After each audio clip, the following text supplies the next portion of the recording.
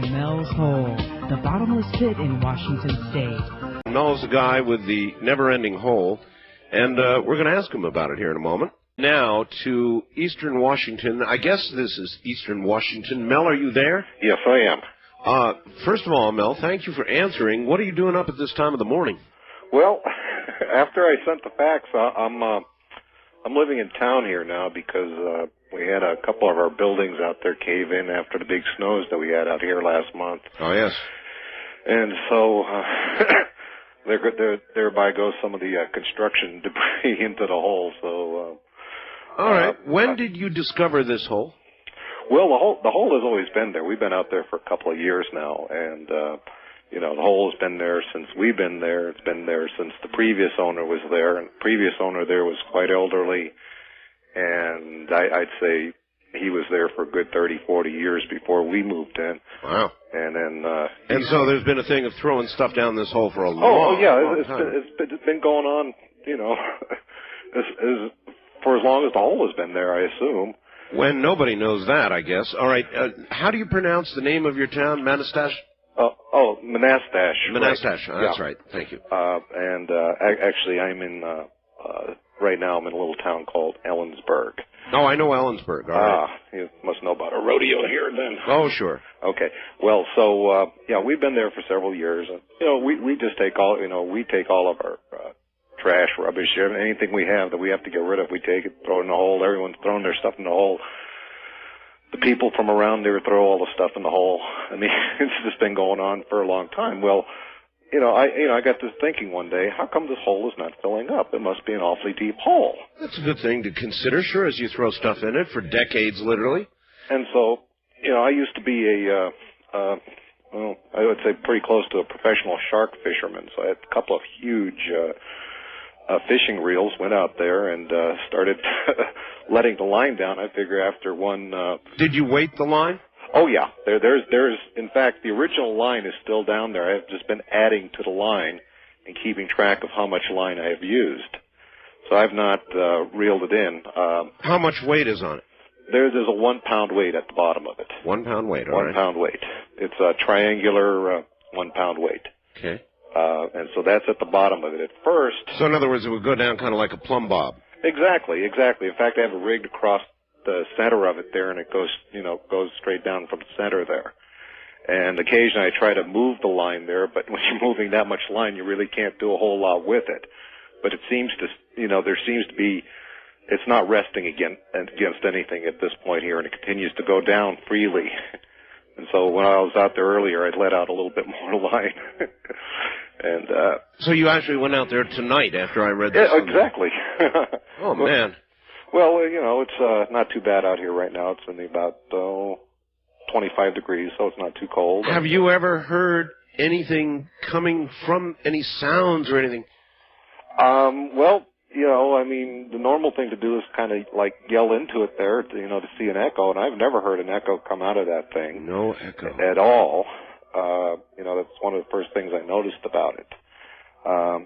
As usual, I brought the dogs with me.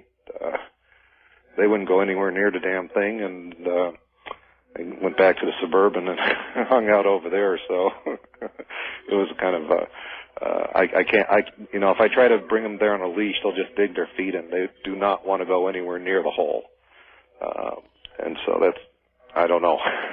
It's just... Well, you've got miles and miles of, Yeah, I think, I'm measuring it by feet. I convert feet to yards, so I don't know how many miles that is. I assume it's a fair number of miles, though. Well, 5,280 feet is a mile, so you really think you've got 80,000? Yes, yeah. I get line in 5,000 yard spools, and so I've gone through that many. Well, you have got a hole then that goes. Well, you can't say to the center of the earth, but you've got a hole that goes miles and miles and miles into the earth. I would think a university would be out there, boom, just like that. Well, my wife does work for a local university here, and, we've been talking to them about it, and one of the things is they find it quite incredible that I've let that much line into the ground, but that's what I've been doing. Have you ever thought of winding it all back up again? Well, when I let out the first 1,500 yards of line, I reeled all of that back in. Yeah. And I wanted to know if I had hit water down there, because I thought that's a lot of feet. You bet. That's 4,500 feet of line. Did I hit water? So I did. What I did is I sent down a roll of lifesavers. Lifesavers? Yeah. So when it hits the water, the lifesavers will dissolve. That's true. Oh, I see. So very smart. So it's an old shark fisherman's trick. There, we used to send our bait out on a balloon attached to a roll of lifesavers, and the bait would go out into the ocean on the tide. Yeah. And then eventually the lifesavers would melt, and the bait would fall to the bottom. You couldn't cast a big old mackerel out there that far. So that's amazing. So, what do you got any guesses? I don't. I have no idea. I thought it could have been a mine shaft, but the thing about it is the surface part of it's been very well cared for. I mean, someone built a very lovely wall around it. And all right, tell me about the nature of the side of the walls. In other words, you must be able to look down far enough, at least, to examine the side of the walls. Sure, it's stone for about 15 feet down. Yeah. And then after that, it's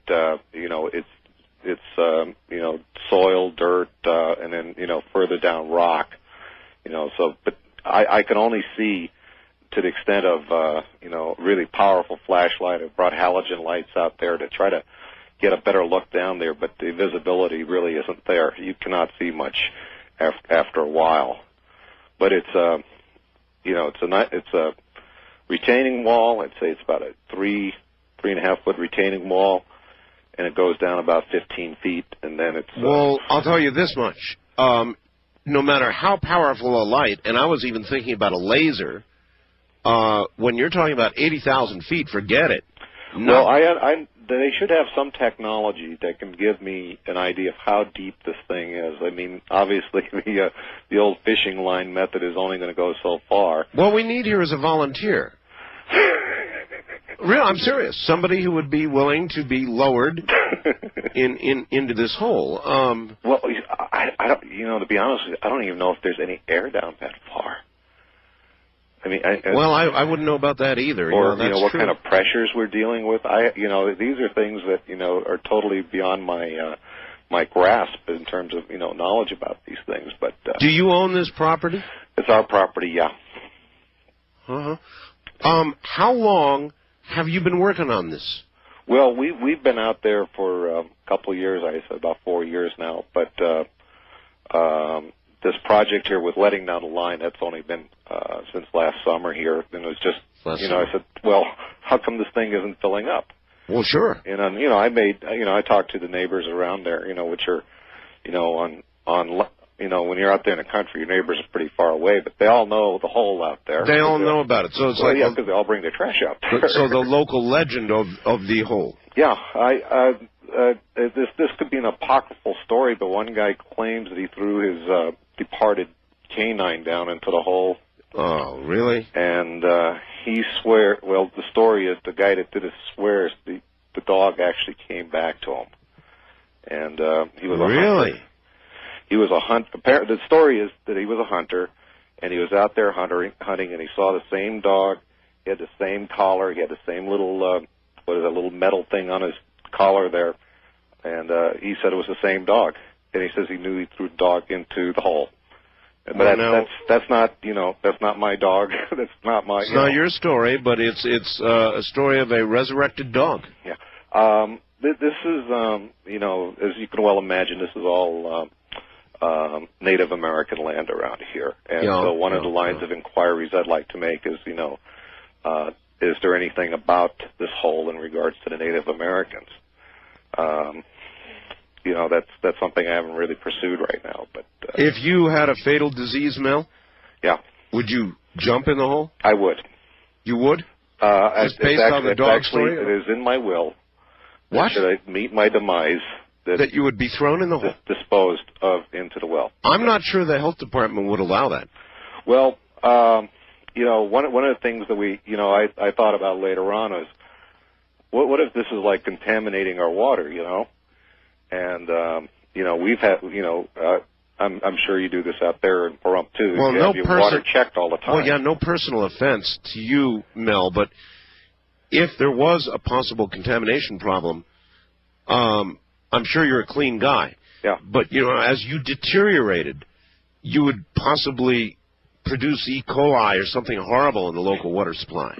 Well, again, so far it hasn't. If you weren't resurrected. I mean, the water around that area is absolutely pure water. It is, And so nothing thrown down, all the old junk and trash, and nothing has polluted the water. No, I can't speak for everything that's been thrown down there, but none of that has been showing up in the water that people draw from their wells. I mean, the water's as clean as it's ever been out there. I think we get water that comes off the Cascades or something. Yeah. It's just really great. It's really wonderful water. Mel, you wouldn't be pulling my leg. No, I'm not. And I'm one of the reasons that I went out to the property tonight, other than it just it's something that weighs heavily on my mind. I was afraid that after I sent the fax out, that there would be people around there because it's... Well, there may be, but we have not identified specifically where it is. Well, there aren't, as far as I could tell, too many big holes like that around. And so at least the people in my neck of the woods are familiar with it. And, I kind of almost expected to see a small party of people. Well, there may be. Now, I mean, come daylight, there may be, but remember, folks, this is private property. This is Mel's home. It is posted, too. Oh, it is. All right. There you are. So without knowing exactly where it is, I wouldn't look for that to occur, but there is going to be substantial curiosity about it now, Mel. Well, I think I've, let you know as much as I know about it. I certainly want to find out more. I'm mostly curious. I was mostly curious about the depth of it. I mean, how deep is the deepest hole anyone has ever found? Well, I've never heard of anything deeper than this. I thought maybe this would be like Guinness World Book of Records type hole here. And as far as things I thought it would be like. Could have been like an old mine. Well, now, here's a couple things to think about. I've heard as you go down into the earth, Mel, that it gets hotter. Ooh. Right? So you would think that your fishing line with a weight on it at some point would melt or, something, but there's still weight on it, huh? Yeah. The line is not moving freely. I mean, it still falls under its own weight. Oh, that's amazing. Let's let some of the audience ask you questions. Okay, I think I can do that. All right, because I just might be missing something. Wildcard line, you're on the air with Mel. Hello. Hi, Art. This is Dave in Milwaukee. Hi, Dave. Hey, I was listening to this. Very interesting. Yeah, it is. I just wanted to let you know, I looked up an encyclopedia, and the Marianas Trench, which is the deepest hole we know about... That's in the ocean, right? Right. Is 36,000 feet deep. So this is... it's certainly over double that already. Right. And it also says, under mining, that with current technology, we can only go down about 1,600 feet. Wow. That's great. That is great. So you've got something here that already qualifies for Guinness. That is wonderful. Oh, gosh, I like that. That's great. You said 1,600 feet? That's what they said, yeah. 1,640 feet, it says, with current technology is about as deep. All right. Thank you very much for that information. So already we now learn that you may have a Guinness qualifying hole there, no question about it.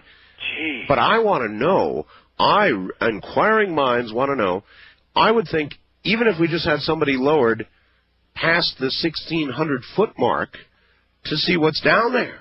That would be cool, but it wouldn't be me. You wouldn't do it? I wouldn't go down and know. At least not while you're still alive. No, then I will, but I mean, for the time being, no. I understand. All right, east of the Rockies, you're on the air with Mel. What if the road broke? Yeah. Well, that's true. Mel Yeah, and hi. Art. Where are you calling from, sir? I'm in Austin, Texas. Austin, Texas, all right.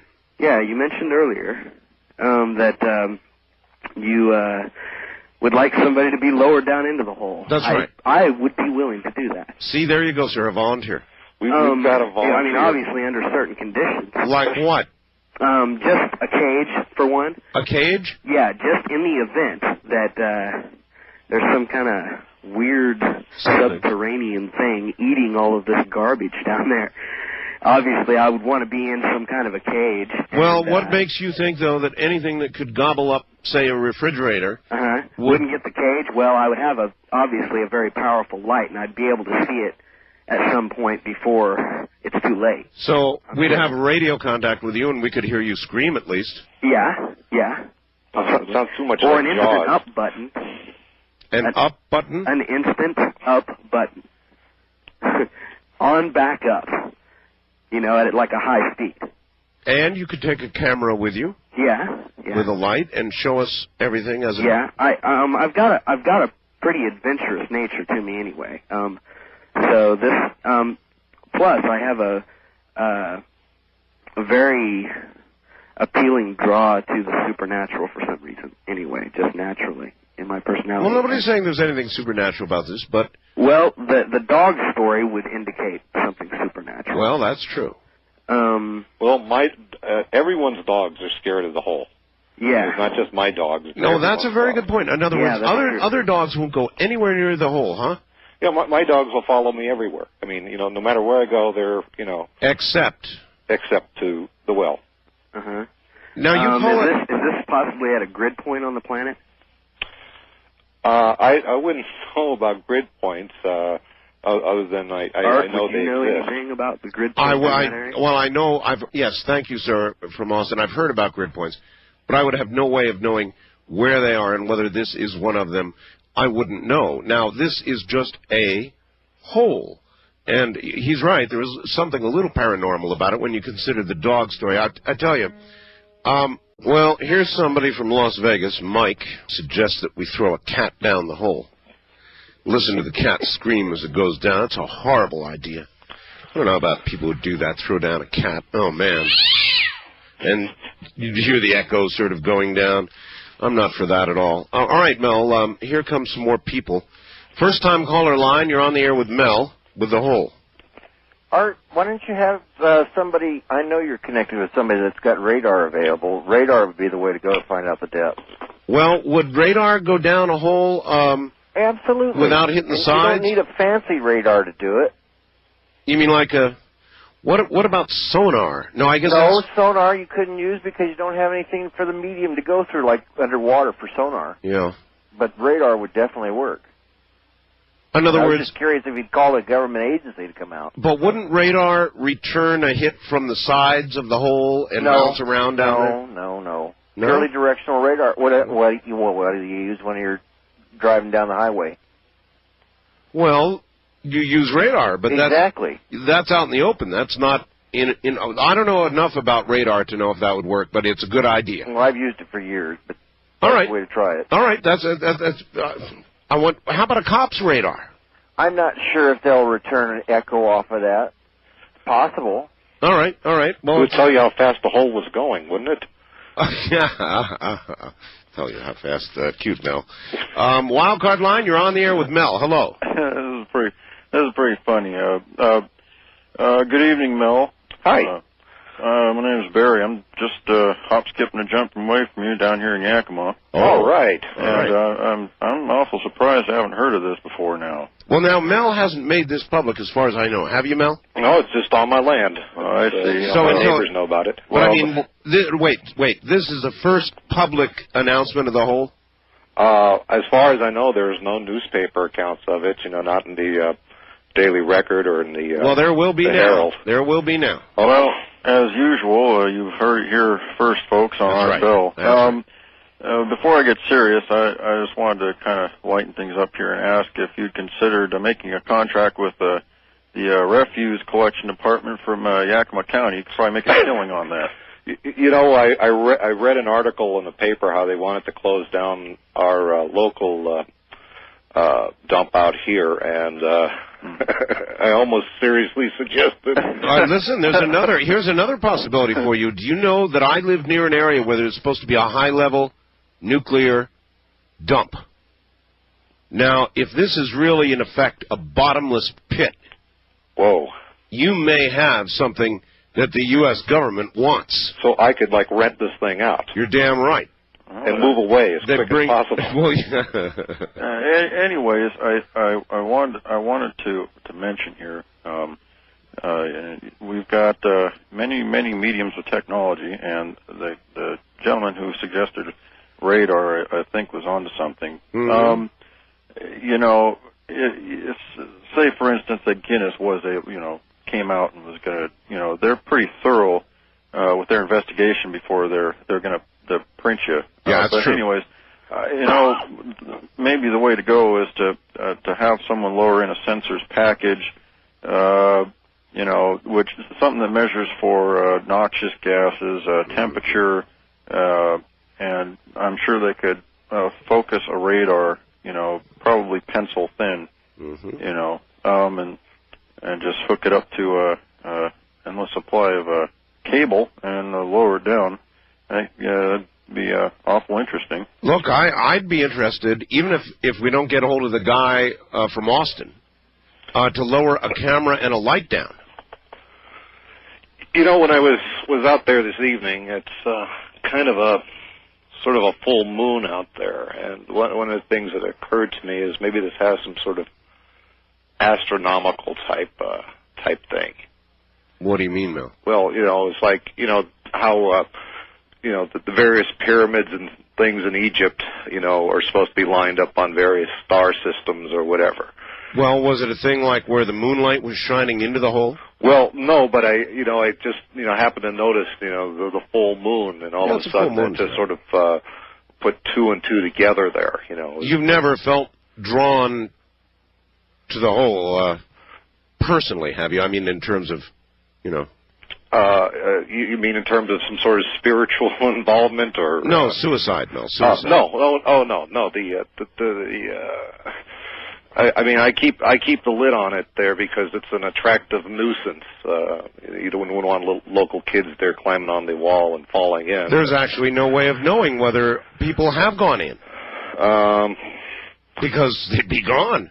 Not in my down with a refrigerator. Again, if I can find out something from the local Native Americans on, maybe with some sort of burial thing, or And you can drop a big rock, and you can hear it going down, probably bouncing off the walls or something, but you never hear a splash. You never hear a splash. I've even taken old television tubes, the picture tubes, and you've dropped picture tubes down there? Yeah, I've dropped.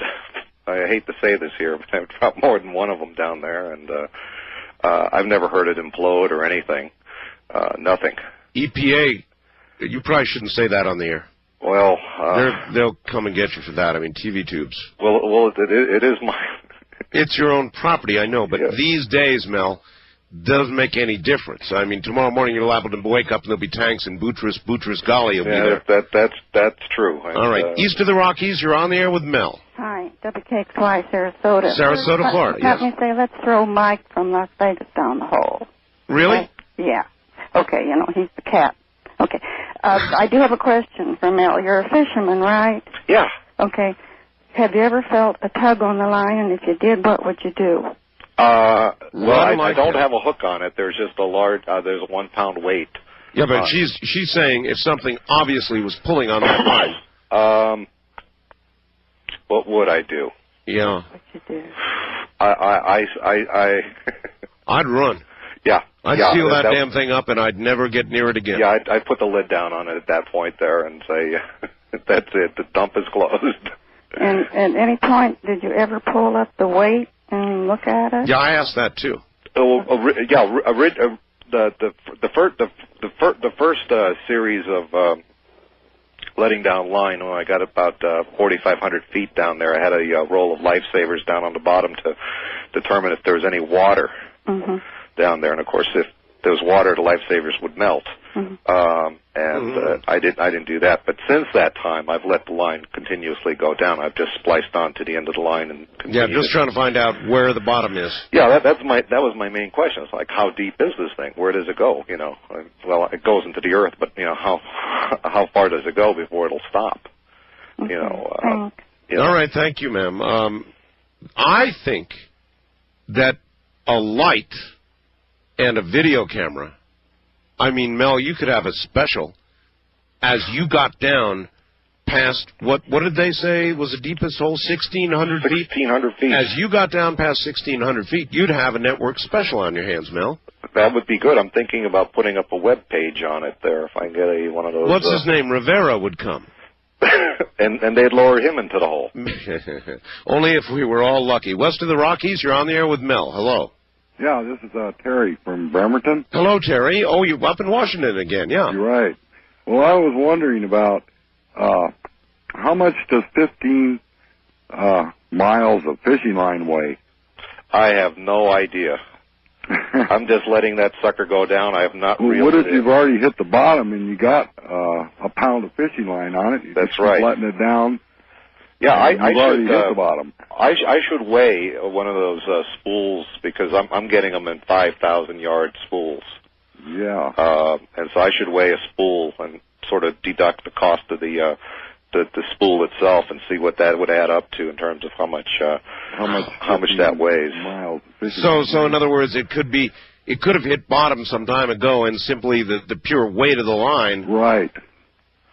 It doesn't feel like it is reached bottom there. There's no slack in the line. But even so, well, there might not be with that much weight. But you know, even if that's true, caller, think about it. He's still got the deepest hole ever heard of in the world. Yeah, he does. But the weight of the line would keep pulling the line down. Yeah. But there would be so much line down there by then. But what pound test line is it? I'm using 20 pound. I couldn't pounds. afford to go much higher. Do you think you have 20 pounds of line on it already? Pardon me? Do you think you have 20 pounds of line in the hole already? I'm sure there's more line than that. It would break by then. You know, we're talking how many? There must be a lot of tension. I have about 20 spools of line. A lot of tension on that. Yeah. 20 spools of line on there. Wow. And it's still hanging on there. You know, I'm you know, that weight continues to go down. I don't know if there's a way of weighing that thing, you know, as it is. Yeah, I was just interested in how much the line would weigh itself. I could probably do that. You know, get one of those hanging scales. Sure. And the spring operating stuff, and just sort of knot it off up there. Yeah, why not? It's worth a try. And the other thing that's worth a try, I suppose, although you'd be cranking for a long time, would be to crank it back up again. Well, no, I could just weigh like one spool of line and multiply it. I think I'm up to about like 18 spools of line right now.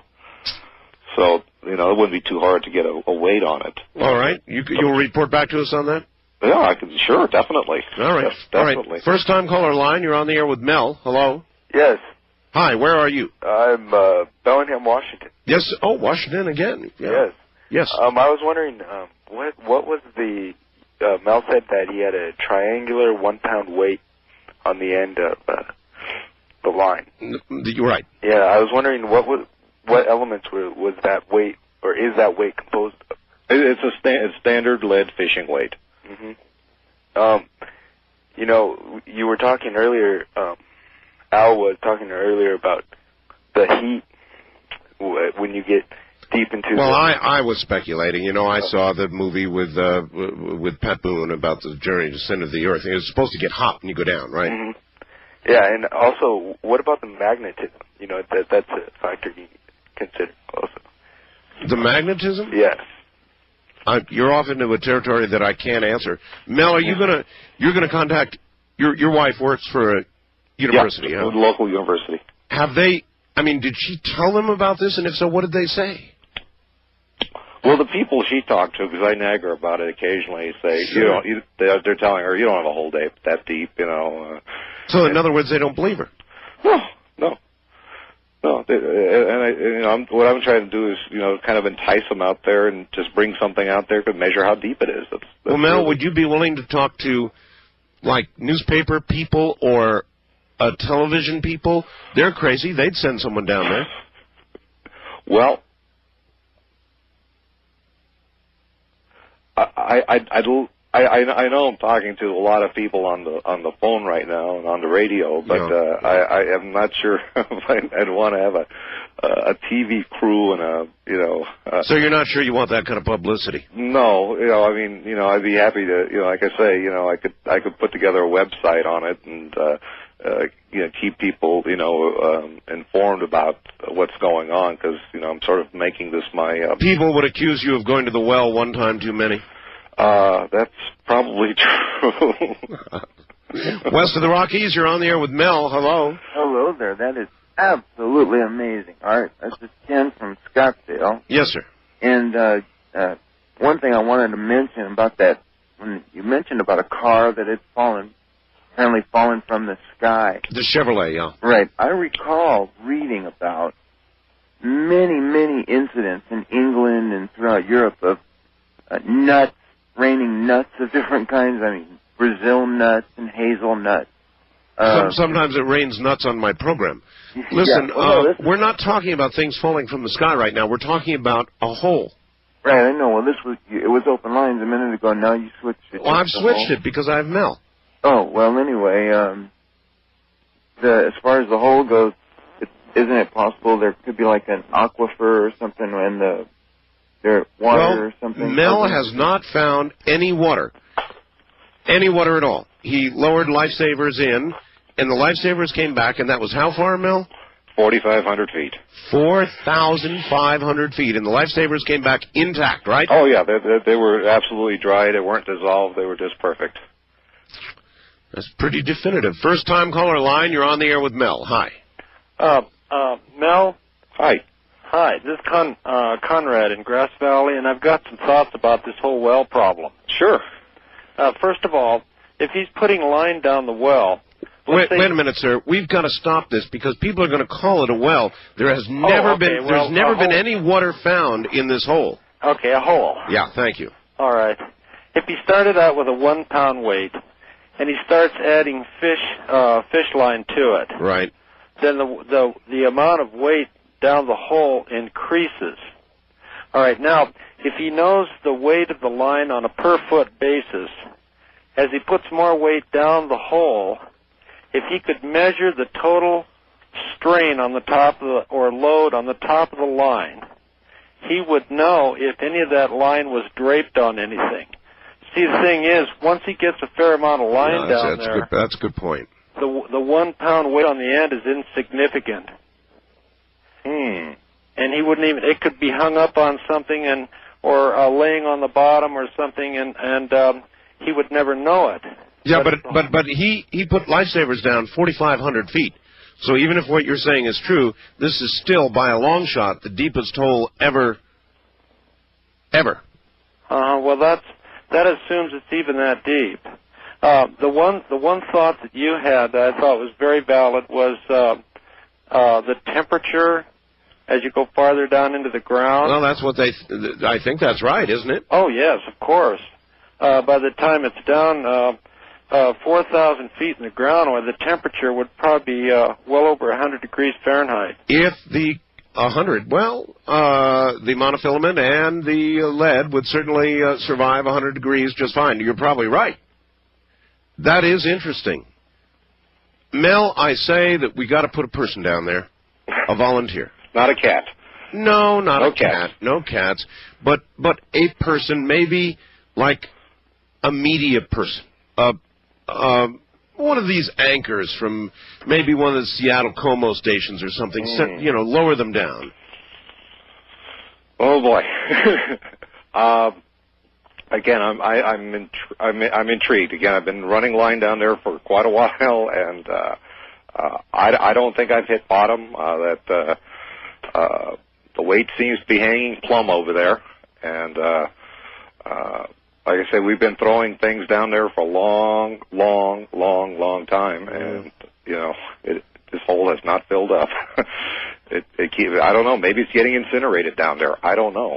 All right, and you would swear on all that is sacred to you that what you have told us is the absolute, unadulterated truth. This is my hole, and this is the truth about it. God, it's an amazing story, Mel. Who else besides your wife, the people you've tried to talk to at the university, and yourself? I guess your neighbors know about the hole? Oh, yeah. There's probably good. Oh, well, in terms, not families, but individuals, probably a good 20 people that use the hole regularly. To throw junk into. Yeah. It's always been done. Well, I remember when I was a kid, I used to like to throw stuff off bridges and stuff like that, and into holes just to hear it hit bottom. Never heard anything hit. I mean, if you hit the side, of course, but if you just drop it straight down. Straight down, yeah, 9.5 feet. Go straight. 9.5 feet is certainly large enough so that if you got in the center and dropped it straight down, it would go straight down, right? Yeah, you can just lean right over there and get it going straight down. And as far as anything I can see, visually, with the halogens and flashlights. The light just what? Fades away into blackness? Yeah. You've got nothing after a while. You can see as far as the beam will go, and that's it. Does anybody have any theories about, you said a dog was thrown into the hole dead and then came back alive again, right? The story is the guy was out hunting, and he saw his dog, and he knew it was his dog because it was the same dog. It had the same collar, it had the same tag on it, and the whole thing. Oh, man. Does anybody have any theories about what properties would be in the hole to resurrect a canine? Gosh, I'd like to think that this is something like really benign, like cows have gone down there. I haven't heard any cows coming back, or at least that you would know. But I don't. Well, it's not the creator.